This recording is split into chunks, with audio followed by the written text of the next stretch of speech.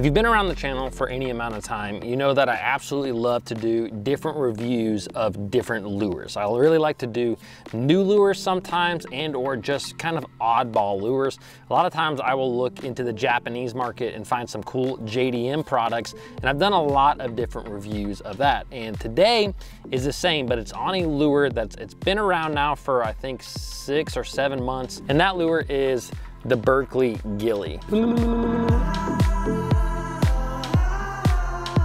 Now, pretty much most of the YouTube videos that I have seen have all been from guys who are sponsored or have some sort of affiliation with Berkley.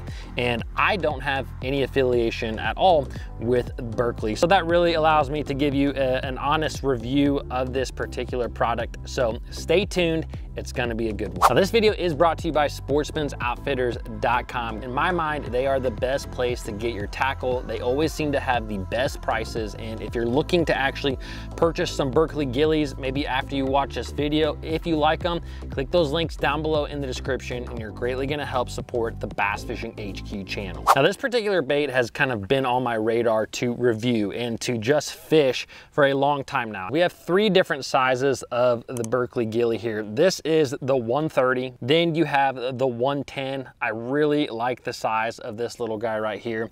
And then you have the small guy. This is a 90 size. Now, today I rigged up all of these baits a number of different ways. Some that worked pretty good and some that did not work at all. And we're gonna go over some of those rigging options at the end of this video, but first I just kind of want to talk about this bait. The Gilly was actually inspired by a Japanese product that was actually pretty hard for people to get their hands on. Berkley came out with kind of their version of it, and now they are a lot easier to get a hold of. With so many of the different lures and techniques that we do, we are trying to mimic a bluegill. We might fish a swim jig, or we might fish a pop-R. You know, these are bluegill imitating baits, but none of them even come close to actually looking like a bluegill. Now, if you look at the Gilly itself, I mean, there's no denying that this thing looks exactly like a bluegill. I mean, it looks like they took a bluegill, put it in a mold, and then made the plastic around it. I mean, it's the perfect shape and size and everything. Now, the biggest question that I kind of had about this bait is, how is it going to swim in the water? Because the way that you rig this thing is kind of on the side. It kind of looks weird. Now, there are a number of different ways you can rig it, but the way that I wanted to use it is kind of weightless and be able to cast it out and swim it back kind of like a swim bait.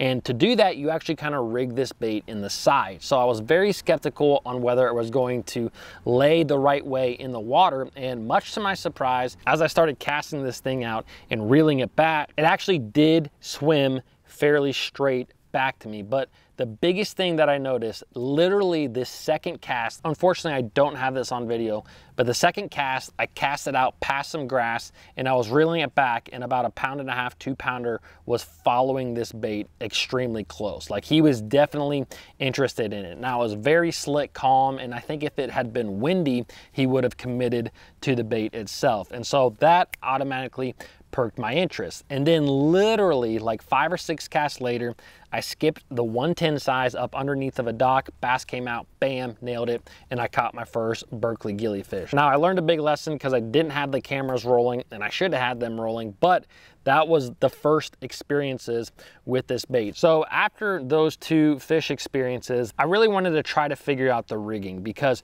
what I found is that most of the time, if you were to rig this on your EWG style hook, or I was actually using a twist lock hook, it kind of would swim straight, but also a little bit on its side. I don't think that that's always going to matter to a bass, but I think sometimes it is going to look a little bit weird to a bass, and I'd like that bait to swim as straight as possible. So I started messing around with a lot of different rigging options. So I want to show you a few rigging options that I really like that help this bait to swim really straight. Now, the first option that I found to rig this bait is by far the most effective at keeping it straight up in the water column, looking extremely natural. Now, you could do this with each size of this bait.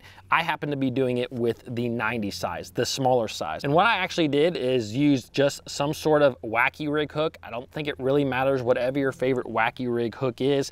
Probably a size 1/0 1/0 or a 2/0 is going to work best. And I was also using this little guy right here, which is a little hitchhiker, okay? And I will link this stuff down below in the description if you want to pick it up. But what I did is I took this little hitchhiker and I just went straight in to the nose of the bait. And what you're essentially going to do is nose hook this bait, but I like to use the hitchhiker in there because it allows you to not just continually lose gillies all the time. So I'm just gonna twist this hitchhiker up in there, as far up there as I can. I actually want it inside the plastic, which takes a little bit of finagling. Now, if you look here, that hitchhiker is inside the nose of that bait. So now I'm going to take my wacky hook. I'm gonna go in through the bottom of the gilly, through the hitchhiker, and then out the top, just like that, okay? So this is just a standard nose hook bait. And again though, because I have that hitchhiker in there, that thing is not coming off of there at all. And that way, you're not gonna lose a ton of these gillies. Now, rigging it that way alone, it did swim pretty straight back towards me. Now, like I said, this is probably my favorite way to get that bait to look extremely natural, but it's obviously going to have its flaws. I mean, if you're skipping this underneath of a dock, which I did a lot, you know, it's good unless you run into a pole, especially if it's a wooden pole. I mean, that's a wacky hook, it's going to get hung. I actually use it on a spinning rod. I'm using 10-pound braid, a 10-pound fluorocarbon leader. I could skip this bait anywhere it needed to go. And I think you could do this with the bigger size, the nose hook with the bigger size, but you may not always have to use a spinning rod. The bait's weigh enough that you could use a bait cast rod with the nose hook. So if you're fishing it around open water situations, that nose hook, I think, is probably the best at getting that bait to swim straight back to you and having a good hookup. Now, a lot of times if you're fishing for bass that are eating bluegill, you're going to be fishing it around cover. And so to fish it around cover, I'm gonna show you how to side rig this bait. The best hook that I found, I believe this is a 5/0 owner screw lock hook. The rigging is simple with this, but there's one small thing that you can do to really make that bait swim a little bit better. So I'm simply going to put my screw lock in the head of this hook and I'm gonna twist it on just like you think you would. Now, if you look on the sides of the gilly, there are 2 grooves on the gilly that are kind of meant for you to be able to place your hook inside. Now, what I found using the screw lock hook is that it's actually better to put your hook in where it's coming out on that bottom groove, the one that is on the bottom. That, to me, helped this bait to swim the most naturally and the most upright in the water. Now, I did pull out one of these baits where I just couldn't get it to swim right. I kept rigging it up the same way that I had been, and it just wouldn't swim right. And so in that case, I actually took a nail weight, and there's actually a slot just below the lips of this bait for you to place a nail weight. So I actually added a nail weight into the bait, and again, that kind of helped me to get that bait to ride a little bit more naturally through the water. Now, in my opinion, those 2 ways, the nose hook and the side hook like that, that's probably the way that I'm going to rig this bait most of the time. I do think that there's going to be times when this bait will get more bites than baits like a swim jig and baits even like a chatterbait. You know, if we have a little bit more subtle conditions, you know, chatterbaits, you tend to want a lot of wind, maybe even cloud cover. I don't think you always need that all the time with this bait, although I do still think it's going to help, but it just has such a natural action to it that times when that chatterbait stops working is gonna be a time to pick up the Berkley Gilly and keep catching fish. Now, one last final thought that I had with this bait is that it is not extremely durable. It's pretty durable, but it's not extremely durable. I mean, when you go out fishing, you're gonna go through some of these baits, especially if you're up there skipping this bait. If you're skipping it underneath docks, you know, I have seen a lot better baits when it comes to skipping. It does skip pretty well. Actually, let me tell you that the smaller gilly that you get, the better it's going to skip. The big one skips pretty well, but it is a wild skipping bait. It actually reminds me of a bait like a mag draft. If you guys have ever skipped a mag draft around a dock or something, sometimes this thing just hits a little bit weird and it'll go straight, bam, off to the side, or it'll hit and it'll skip 2 feet in the air.